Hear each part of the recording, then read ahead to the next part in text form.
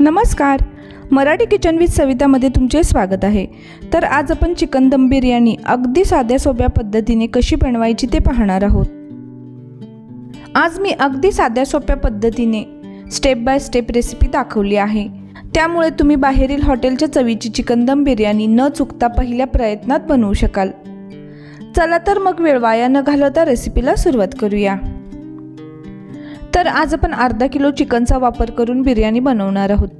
त्यासाठी सुरुवातीला व महत्त्वाचा आपल्याला तळलेला कांदा लागतो, तो कसा बनवायचा ते पाहूया। त्यासाठी इथे मी 7 मध्यम आकाराचे कांदे असे उभे पातळ चिरून घेतले आहेत। वजनी म्हणाल तर 400 ते 450 ग्रॅम कांदे आहेत। हा कांदा थोडासा मोकळा करून घेऊया, म्हणजे व्यवस्थित तळता येईल। आता या कांद्यामध्ये चिमूटभर मीठ घालूया, ते थोडेसे कांद्याला लावून घ्या, म्हणजे तळल्यावर कांद्याची चव छान लागते। कांद्याला मीठ लावून घेतल्यानंतर हा कांदा तळून घेऊया। त्यासाठी एका कढईमध्ये मी तेल गरम करून घेतलं आहे। तेल चांगलं गरम झाल्यावरच यात कांदा घालायचा आहे। कांदा घातल्यावर सुरुवातीला गॅस मीडियम टू हाय ठेवा व कांदा चांगला तळून घ्या। बिर्याणी करताना कांदा तळण्यातच फार वेळ जातो। जर तुम्हाला असा वेळ नसेल तर तुम्ही आदल्या दिवशी हा कांदा तळून घेऊ शकताय। हे पहा, थोड्या वेळाने कांद्याचा रंग हलकासा सोनेरी झाला आहे।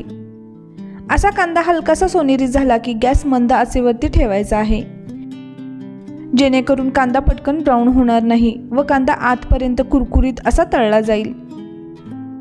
हे पहा, कांदा असा ब्राऊन होईपर्यंत तळून घ्यायचा आहे, जास्त काळपट होईपर्यंत ठेवू नका।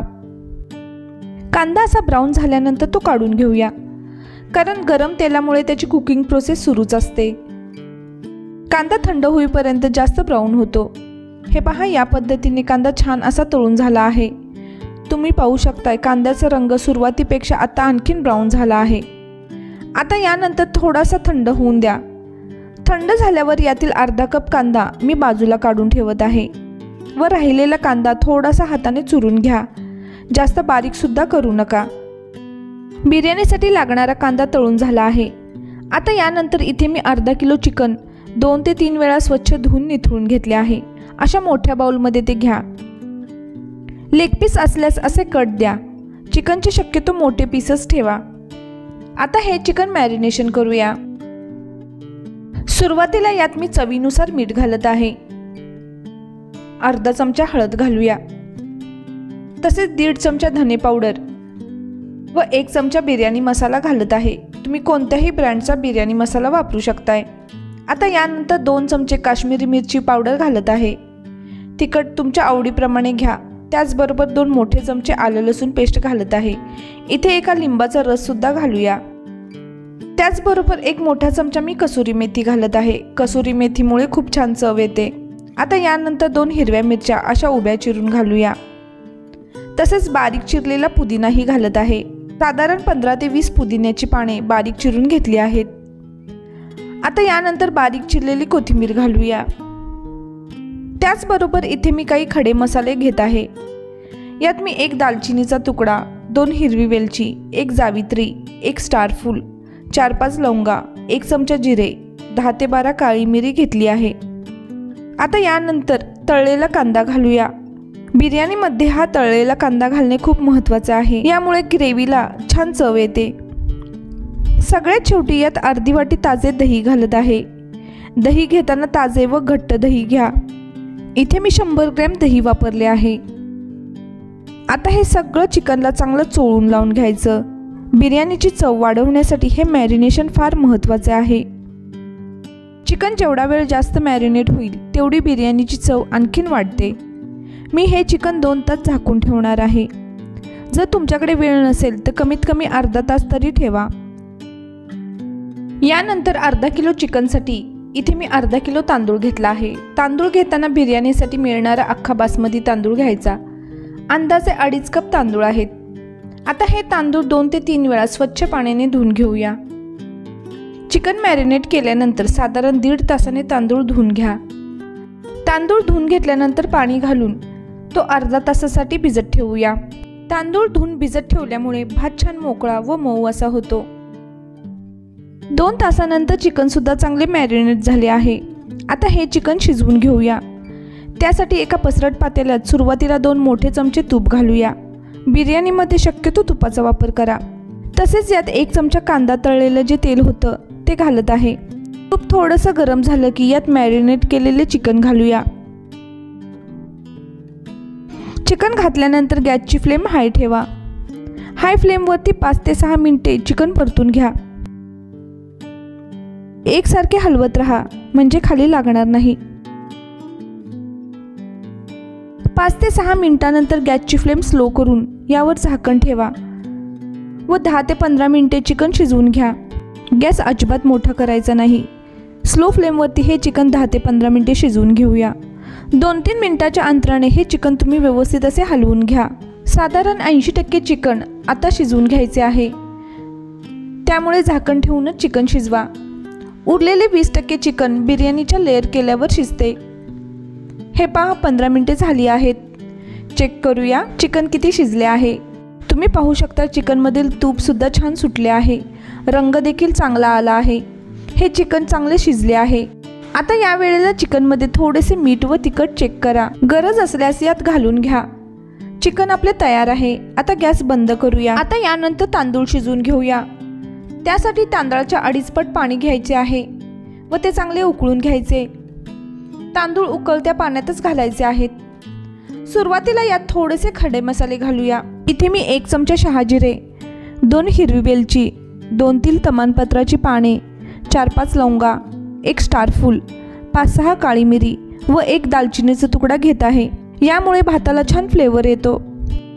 यानंतर यात अर्ध्या लिंबाचा रस पिळून त्याची सालही घाला।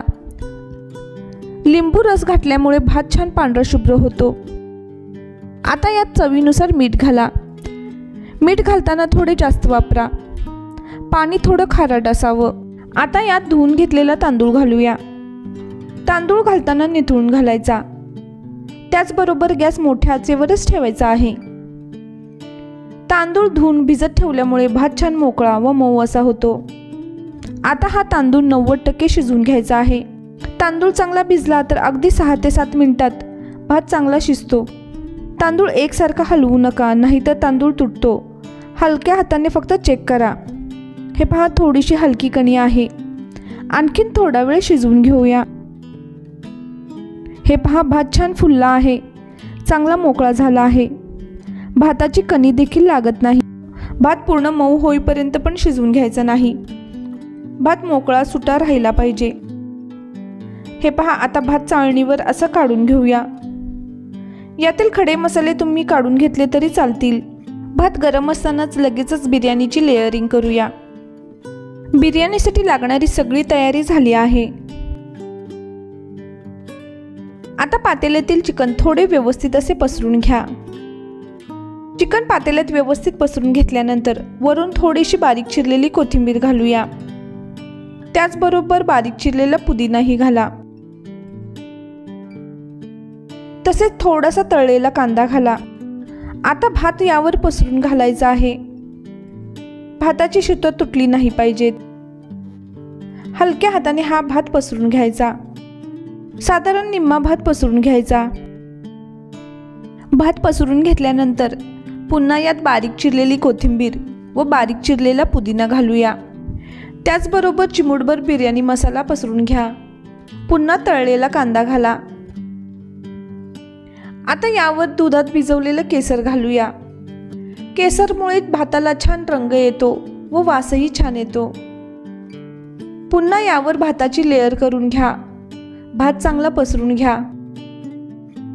भात सगळा पसरून घेतल्यानंतर पुन्हा यावर बारीक चिरलेली कोथिंबीर व बारीक चिरलेला पुदिना घालूया।